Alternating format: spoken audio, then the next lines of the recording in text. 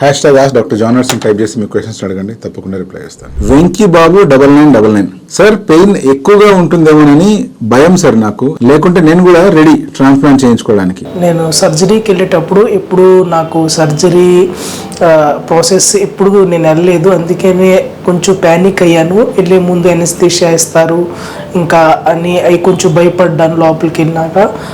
కానీ సార్ కూడా అన్నారు రిలాక్స్, అసలు ఏమి ఉండదు, ఎనస్థీషియా ఇస్తారు, తర్వాత ప్రాసెస్ జరిగిద్దని చెప్పారు. లోపలికి వెళ్ళి నాకు ఎనస్థీషియా ఇచ్చారు. అసలుకి కొంచెం కూడా పెయిన్ఫుల్గా లేదు. ఇందాక అడిగినప్పుడు సార్ కూడా అదే చెప్పాను, అసలు సార్ పెయిన్ఫుల్లే లేదు, కొంచెం కూడా లేదు సార్ పెయిన్ఫుల్గా అని చెప్పాను. కానీ చాలా బాగా సార్ అన్న టీం ఎంతో సపోర్టివ్గా ఉన్నారు, ఎంతో గైడ్ చేశారు, ఎలా పడుకోవాలో ఎలా ఎటు తిరగాలో అన్నీ చక్కగా సపోర్టివ్గా చెప్పారు. తర్వాత పూరా ప్రాసెస్ అంతా ఎంతో ఈజీగా ఎంతో సింపుల్గా అయిపోయింది. అసలుకి ఒక పడుకొని వచ్చేసామా అన్నంత అలాంటి ఫీలింగే అయ్యింది, కానీ సర్జికల్ ప్రాసెస్కి వెళ్ళామా అన్నంత ఫీలింగ్ రాలేదు.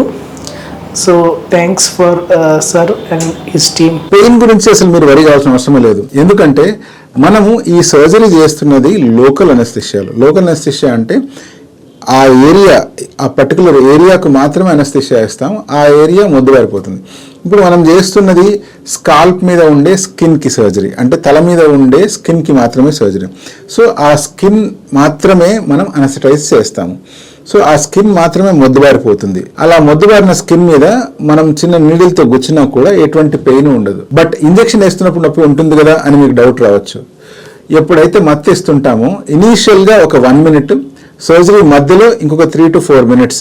సో మొత్తం కలిపితే కూడా సర్జరీ ఏదైతే 5 నుంచి 6 గంటలు ఉంటుందో, ఈ 5 నుంచి 6 గంటల్లో మీరు పెయిన్ ఎక్స్పీరియన్స్ చేసేది ఒక 5 నిమిషాలు మాత్రమే.